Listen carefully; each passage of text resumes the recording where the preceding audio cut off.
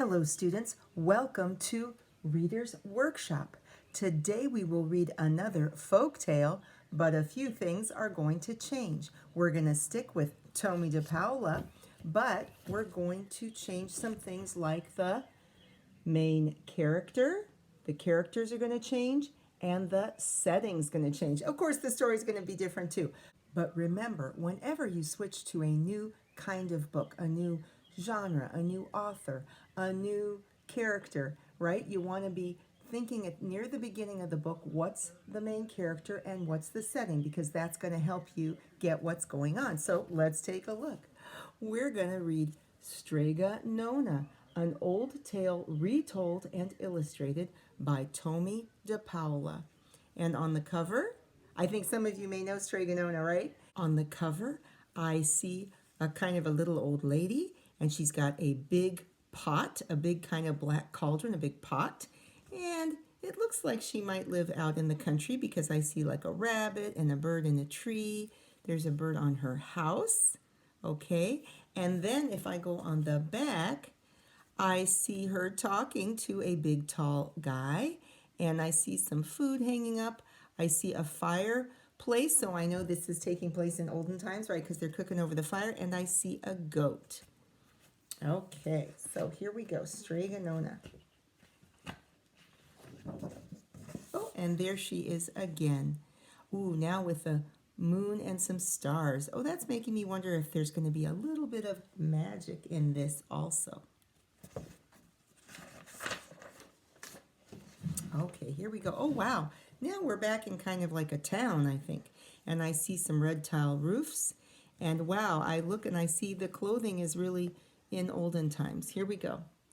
In a town in Calabria, a long time ago, there lived an old lady everyone called Strega Nona, which meant Grandma Witch. Although all the people in town talked about her in whispers, they all went to see her if they had troubles. Even the priest and the sisters of the convent went, because Strega Nona did have a magic touch. Oh wow, look at all these fun illustrations and details. So I see her waving her arms and different people coming to visit her. She could cure a headache with oil and water and a hairpin. She made special potions for the girls who wanted husbands. And she was very good at getting rid of warts. But Strega Nona was getting old, and she needed someone to help keep her little house and garden, so she put up a sign in the town square.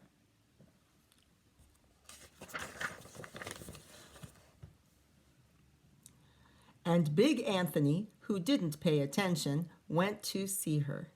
"Anthony," said Strega Nona, "you must sweep the house and wash the dishes. You must weed the garden and pick the vegetables. You must feed the goat and milk her, and you must fetch the water. For this I will give you 3 coins and a place to sleep and food to eat." "Oh, grazie," said Big Anthony. So Calabria is in Italy, and grazie means thank you in Italian. "The one thing you must never do," said Strega Nona, "is touch the pasta pot. It is very valuable, and I don't let anyone touch it."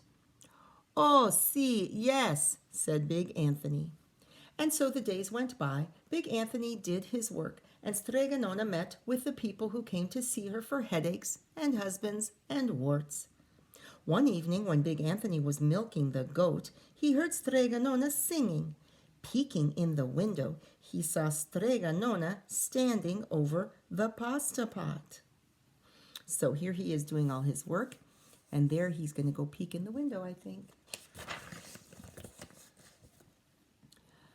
She sang, "Bubble, bubble, pasta pot, boil me some pasta nice and hot.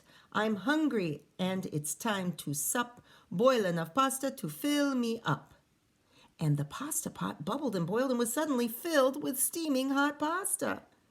Then Strega Nona sang, "Enough, enough, pasta pot, I have my pasta nice and hot. So simmer down my pot of clay until I'm hungry another day." "Oh, how wonderful," said Big Anthony. "That's a magic pot for sure." And Strega Nona called Big Anthony in for supper.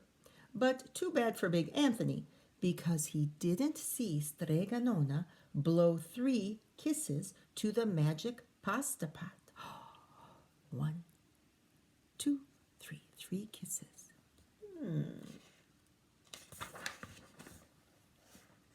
And this is what happened. The next day, when Big Anthony went to the town square to fetch the water, he told everyone about the pasta pot. And naturally, everyone laughed at him because it sounded so silly. A pot that cooked all by itself. "Ah, you better go and confess to the priest, Big Anthony," they said. "Such a lie." And Big Anthony was angry, and that wasn't a very good thing to be. "I'll show them," he said to himself. "Someday I will get the pasta pot and make it cook, and then they'll be sorry." That day came sooner than even Big Anthony would have thought, because 2 days later Strega Nona said to Big Anthony, "Anthony, I must go over the mountain to the next town to see my friend Strega Amelia. Sweep the house and weed the garden, feed the goat and milk her, and for your lunch there's some bread and cheese in the cupboard. And remember, don't touch the pasta pot." "Oh, yes, yes, Strega Nona," said Big Anthony. But inside he was thinking, "My chance has come." Oh no, look at the think bubble for the magic pasta pot. No, Big Anthony. As soon as Strega Nona was out of sight, Big Anthony went inside, pulled the pasta pot off the shelf, and put it on the floor. "Now, let's see if I can remember the words," said Big Anthony. And Big Anthony sang, "Bubble, bubble, pasta pot, boil me some pasta nice and hot. I'm hungry and it's time to sup, boil enough pasta to fill me up." And sure enough, the pot bubbled and boiled and began to fill up with pasta.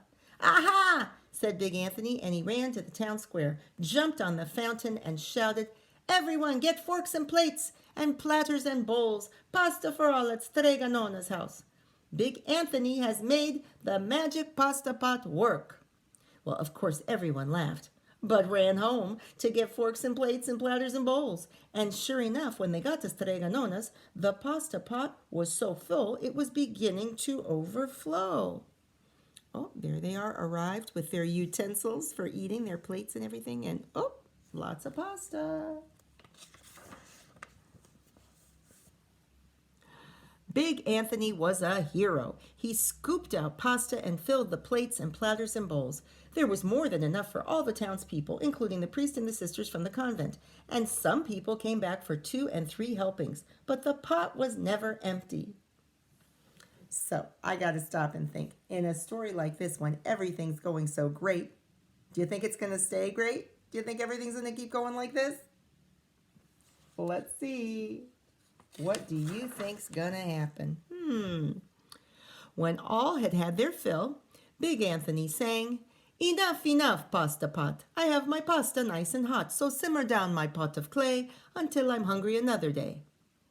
But alas, alas is an old-fashioned way of saying, oh no, he did not blow the 3 kisses. He went outside to the applause of the crowd. Big Anthony took a bow. Oh, they're all clapping for him. He was so busy listening to compliments from everyone that he didn't notice the pasta pot was still bubbling and boiling, until a sister from the convent said, "Oh, Big Anthony, look!" And pasta was pouring out of the pot all over the floor of Strega Nona's house and was coming out the door.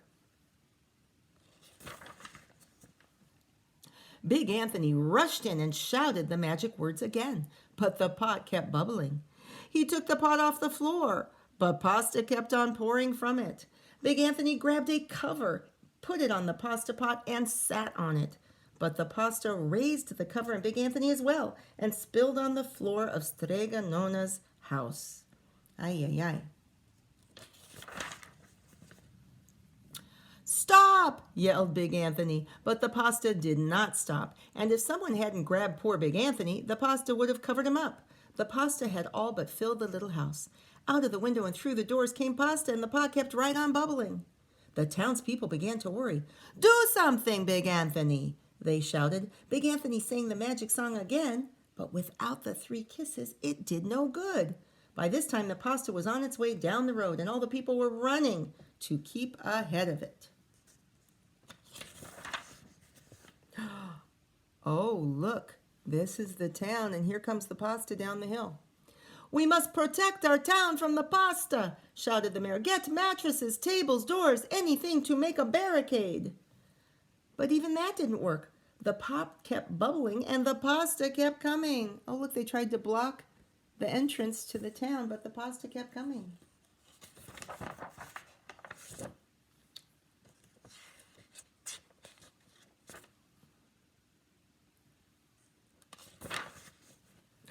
Oh my gosh.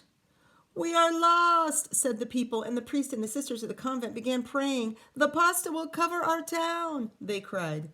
And it certainly would have, had Strega Nona not come down the road home from her visit.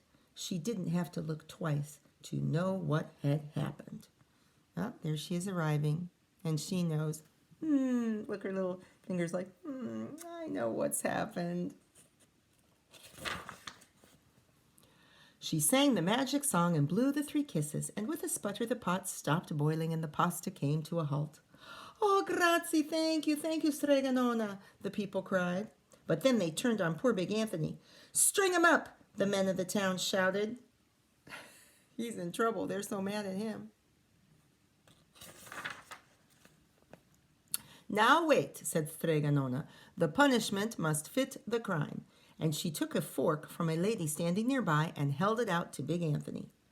"All right, Anthony, you wanted pasta from my magic pot," Strega Nona said, "and I want to sleep in my little bed tonight. So start eating." Oh, is he supposed to eat all the pasta?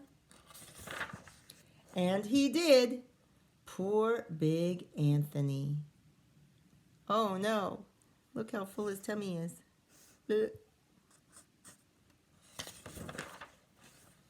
And the end. There's Strega Nona back in her bed, and poor Big Anthony, maybe with a tummy ache from all the pasta. So, I want you to be thinking right after this. We're going to talk about who are the new characters and the new main character in this story we've read. What is the setting, right? Where and when. Remember, setting is where did it happen? Forest, house, school. When did it take place? In the morning, at night, long ago? What season? Okay, and then we'll also talk about what happened in the beginning, the middle, and the end. See you in a minute.